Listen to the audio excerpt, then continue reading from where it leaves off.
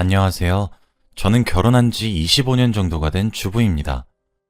그냥 문득 살아온 세월을 회상하다가 제 이야기를 한번 하고 싶어서 이렇게 사연을 보내게 되었어요.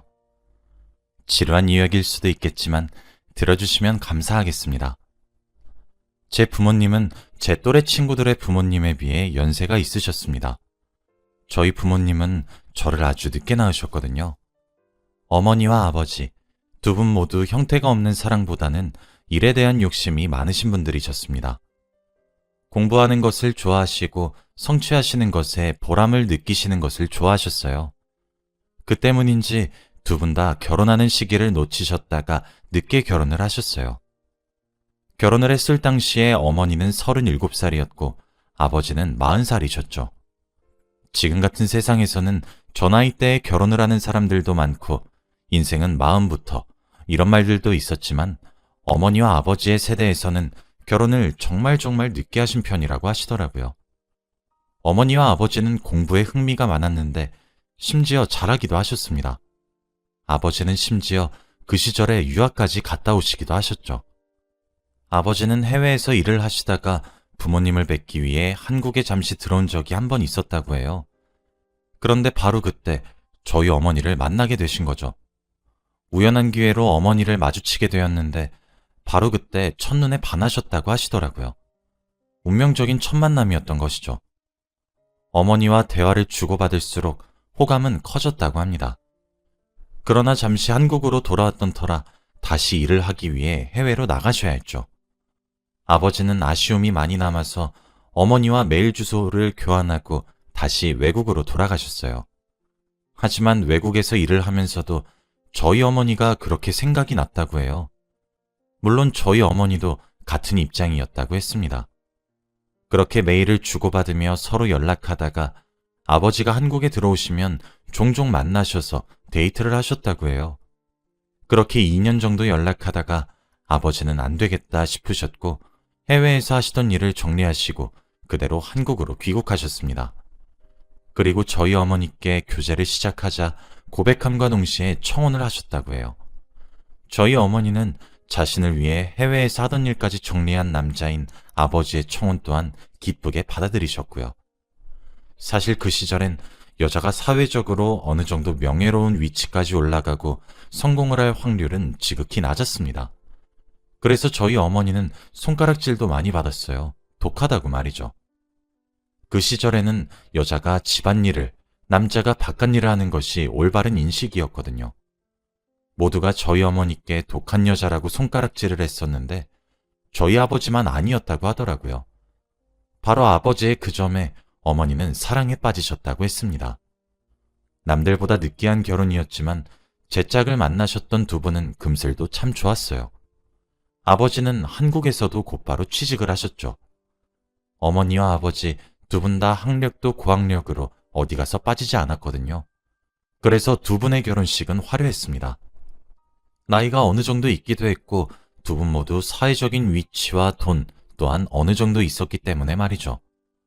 결혼을 하시고 난 뒤 얼마 지나지 않아 제가 선물로 두 분을 찾아가게 되었고 난산으로 저를 낳으셨습니다. 그래서 저희 집은 외동딸로 저 하나밖에 없어요. 귀하게 얻었던 아이라 그런지 저는 정말 사랑을 듬뿍 받고 쑥쑥 자랐습니다. 사실 저희 집은 다른 집들에 비해 특이한 점이 하나 있었어요. 바로 거실에 TV가 없다는 점이었죠. 대신 커다란 책상이 하나 있었습니다. 저희 집은 TV를 시청하기보다는 항상 책을 가까이 했어요.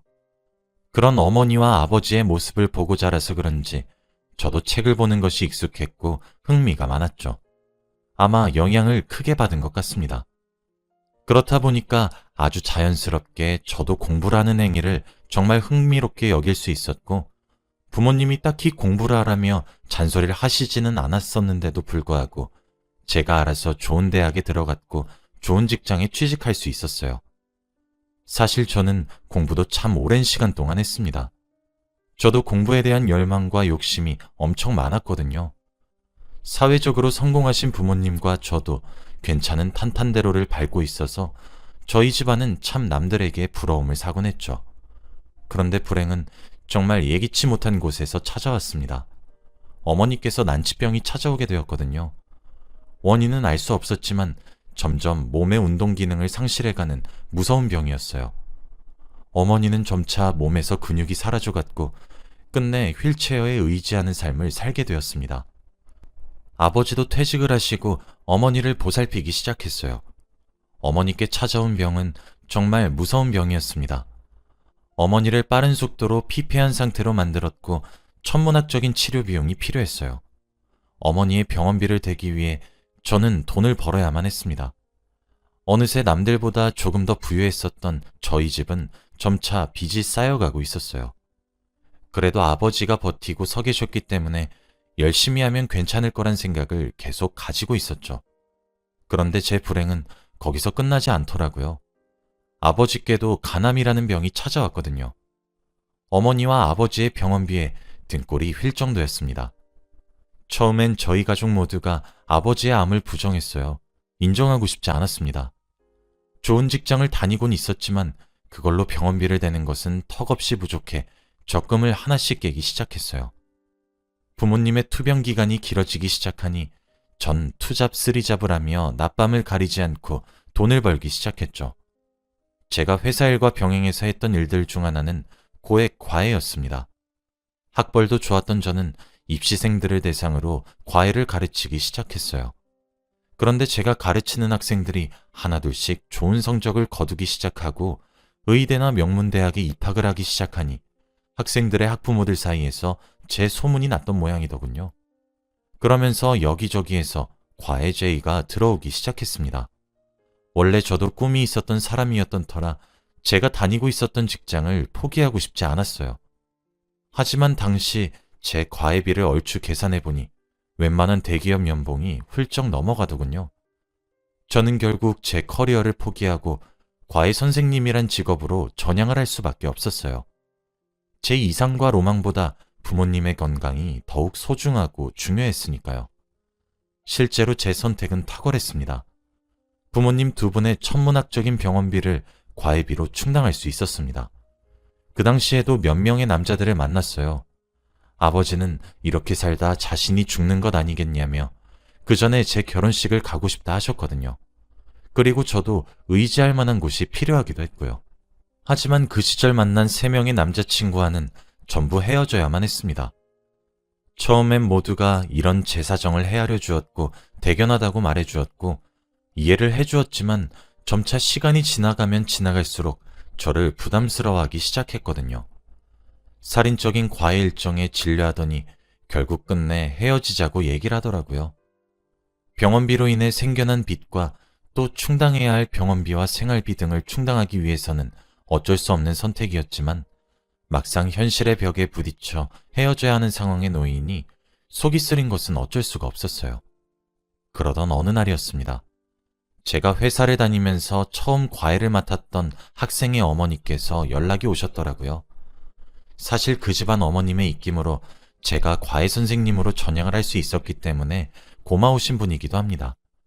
그리고 그 집의 3남매 모두를 제 손으로 대학을 보냈기 때문에 종종 연락을 하곤 했었고요. 물론 아이들과도 연락을 계속했었죠. 오랜만에 집으로 초대해 식사를 대접하겠다는 말씀에 감사하다고 말하며 방문을 했어요. 오랜만이라며 웃고 즐기며 아이들 얼굴도 보고 그러면서 시간을 보냈죠. 어머님께서는 제게 둘이서 오랜만에 차 한 잔을 마시자고 제안했어요. 그러면서 듣게 되었습니다. 어머님이 제게 선을 보겠냐고 권유하시더라고요. 본인 외가댁 조카 중 한 명인데 저를 소개시켜주고 싶다고 하셨습니다. 그쪽 집안은 장사꾼 집안이라고 했어요. 부모도 그렇고 그 집 자식들 모두가 공부와 거리가 먼 집안인데 며느리로 학벌 좋은 며느리를 원한다고 하더라고요. 그런데 그 말을 듣는 순간 제가 딱 생각이 났다고 합니다. 학벌도 좋고 참한 여자가 하나 있는데 물어봐 주겠다고 하셨대요. 그리고 그게 바로 저였던 거죠. 어머님께서 말씀하시길 대대로 장사를 하고 있었는데 사업이라고 하기엔 규모가 작고 장사라고 하기엔 규모가 크다고 했어요. 현재 그 사업을 물려받기 위해 일을 배우고 있다고 하더라고요. 그렇게 선을 보게 되었습니다. 첫인상을 보면서 바로 느껴졌어요. 저와 너무 다른 스타일이란 사실을 말이죠. 아무래도 사람을 상대로 장사를 하는 사람이다 보니 말도 능숙하게 잘하는 듯 했어요. 다소 거친 면이 없지 않아 보였지만 조심하는 것도 많이 느껴졌죠. 본인이 하는 일에 대한 자부심이 커 보였고 자존감도 정말 높아 보였습니다. 드라마에 나오는 남자 주인공처럼 센스가 엄청나진 않았지만 저를 배려해 주려고 노력을 하고 있다는 사실은 느껴질 정도였어요. 그렇게 몇 번 만남을 이어나갔습니다. 6번 정도 만났을까? 그 남자가 제게 결혼을 전제로 만나보자 하더군요. 본인은 부모가 결혼을 원하는 며느리상과 결혼을 하게 될 건데 이왕 그렇게 된다면 저랑 하고 싶다고 했습니다. 저는 그 말에 제 가정사를 전부 말했어요. 어머니는 난치병에 걸리셨고 아버지는 간암에 걸리셔서 병원비에 생활비를 충당하는 것도 바쁘고 집안에 빚이 얼마나 있는지도 말이에요. 그랬더니 그러더군요. 자신의 집은 돈이 많고 학력이 없고 제게는 돈이 없고 학력이 있지 않느냐고, 그렇다면 우리 서로 부족한 부분을 채워줄 수 있지 않겠냐고 했습니다. 자신과 결혼을 하게 된다고 하면 부모님의 병원비와 생활비를 책임지는 것을 떠나 저희 집의 빚 또한 갚아주겠다고 하더군요. 하고 싶은 공부가 있으면 지원도 끝까지 해줄 수 있다고 했습니다. 하지만 제게 며느리로서의 도리와 아내로서의 도리는 충분히 해달라고 하면서 말이에요. 자신이 느끼기엔 우리가 꽤 잘 맞을 것 같다는 생각이 들어서 이렇게 말을 하는 것이라고 했어요. 저는 고민해 볼 테니 시간을 조금 더 달라고 했고 그렇게 2달 정도 고민의 시간을 가지게 되었습니다. 솔직히 흔들렸어요. 그렇게 그 남자와 결혼을 하게 된다면 사랑이 없는 결혼이 되겠지만 편안하고 안락한 삶을 살 수 있을 것 같더라고요. 제 결혼의 목표가 사랑하는 사람과 알콩달콩 살고 싶은 것이라면 그 목표를 위해 포기를 해야 하는 것들이 어느 정도 있을 거고, 사는 데의 경제적인 부분이 문제가 되어 그 부분을 해결해야 한다면 감수하고 포기해야 되는 부분도 있을 거란 생각이 들었어요. 제가 원하는 것이 뚜렷하다면 그 뒤에 수감되는 고통들을 감수하고 견디기가 더 나을 것 같더군요. 그리고 저는 더 이상 그렇게 무언가에 치이는 삶을 살고 싶지가 않았습니다. 무언가를 선택하면 그에 따라오는 것들은 반드시 있으니까요. 20대 후반의 나이부터 갑작스럽게 찾아온 불행의 연속에 지칠 대로 지쳤고 누군가가 내미는 도움의 손길을 뿌리치기가 힘들었습니다. 어차피 사랑으로 결혼을 해도 그 사랑이 몇 년밖에 가지 않다가 다들 우정으로 산다는데 죽기 전에 제가 가정을 꾸리는 모습을 보고 죽는 것이 꿈이라는 말을 하시는 부모님을 외면할 수도 없었죠. 어차피 사랑으로 결혼을 해도 그 사랑이 몇 년밖에 가지 않다가 다들 우정으로 산다는데 우정으로 시작해도 되지 않을까 하는 합리화를 하기 시작했어요. 죽기 전에 제가 가정을 꾸리는 모습을 보고 죽는 것이 꿈이라는 말을 하시는 부모님을 외면할 수도 없었죠. 그렇게 그 남자와 결혼을 하게 되었습니다. 제 상황이 막막한데 이런 집안의 자식을 며느리로 삼으려는 집안도 많이 없잖아요. 그렇게 10번도 채 되지 않는 만남 끝에 저희는 결혼을 전제로 만나게 되었고 만난 지 6개월 만에 결혼을 하게 되었습니다. 제겐 시댁이 생겼죠. 시어머니와 시아버지도 인자하셨습니다. 대대로 장사를 해오신 분들이라 조금 억세신 부분들은 많았지만 속정이 많으신 분들이셨죠. 저는 혼수를 해가지도 못했고 집을 해가지도 못했어요.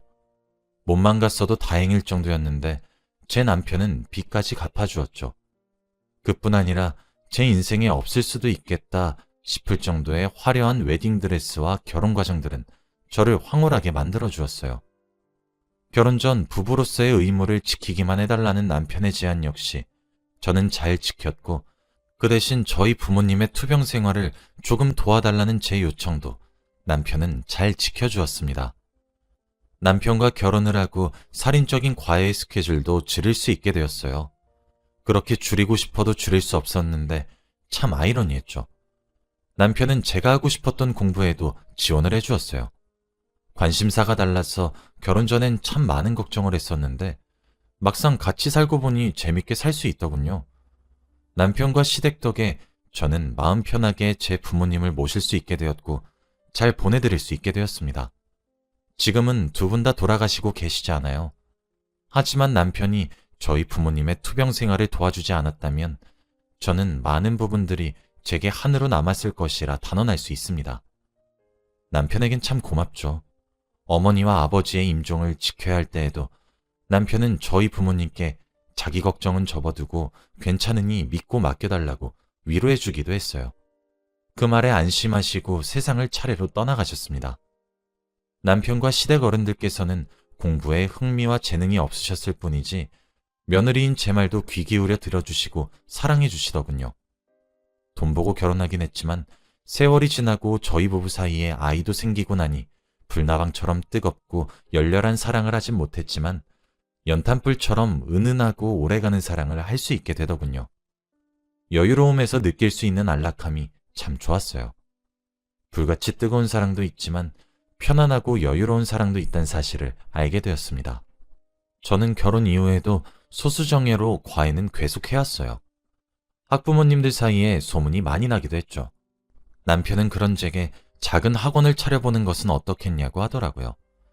저희 동네에 영어와 수학을 가르치는 단과 학원을 하나 차리게 되었고 지금은 제가 어엿한 원장의 자리에 앉아 있습니다. 남편이 장사꾼이긴 한 것인지 아니면 제게 가능성을 본 것인지 모르겠지만 학원은 성황리였어요. 제가 하고 싶었던 공부는 접어야 했지만 또 다른 제 적성을 찾았기에 접은 공부에 대한 미련이나 후회는 없습니다. 또 저는 결혼 후 딸과 아들을 하나씩 낳았어요. 알고 보니 시댁 자체가 손이 무척이나 귀한 집이었는데 제가 아이를 둘이나 임신해서 저를 복덩이처럼 대해주시더라고요. 제가 아이들을 가르치는 직업을 가지게 되어 그런지 저희 아이들도 하나같이 서울에서 내로라 하는 명문대학교에 입학해서 현재 딸은 졸업을 해서 좋은 곳에 취직을 해서 회사를 다니고 있고 아들은 지금 군대에서 전역한 지 얼마 되지 않았습니다. 지금 딸아이의 나이가 딱 제가 힘들어했을 시절 또래의 나이라 그런지 옛날 생각이 참 많이 나는 것 같아요. 며칠 전 남편에게 나랑 결혼해야 되겠다는 확신은 언제 든 거냐고 물으니까 제 가정 환경을 보고 그런 생각이 들었다고 하더라고요. 그렇게 불우하다고 느껴서 비관적으로 생각할 수 있는 환경에서도 어떻게든 제 꿈을 놓지 않으려고 하면서 가족들에게 희생을 할 수 있는 모습을 보면서 저와 결혼을 해서 자신의 미래를 맡기게 되면 어떤 불행이 저를 덮쳐도 헤쳐나갈 수 있겠다는 확신이 들었다고 하더라고요. 세상 사람 모두가 완벽할 수도 없는 노릇이고 서로 부족한 부분이 있으면 채워가면 되는 부분이라고 생각했기에 제 경제 환경이 하나도 흠이 되지 않았다고 합니다. 그 말이 제게 참 감동적으로 들렸어요. 그래서 결혼을 앞둔 사람들께 말하고 싶습니다. 사랑이 있으면 좋겠지만 부부 사이가 되기 위해 가장 필요한 덕목은 함께하는 미래를 배우자에게 맡길 수 있는가? 이 부분이 가장 중요한 것 같아요. 저도 남편도 서로에게 좋은 미래가 되어주기 위해 많이 노력하고 있거든요. 제 이야기는 여기까지입니다. 긴 이야기를 들어주셔서 감사해요. 다들 건강 유의하시길 바라며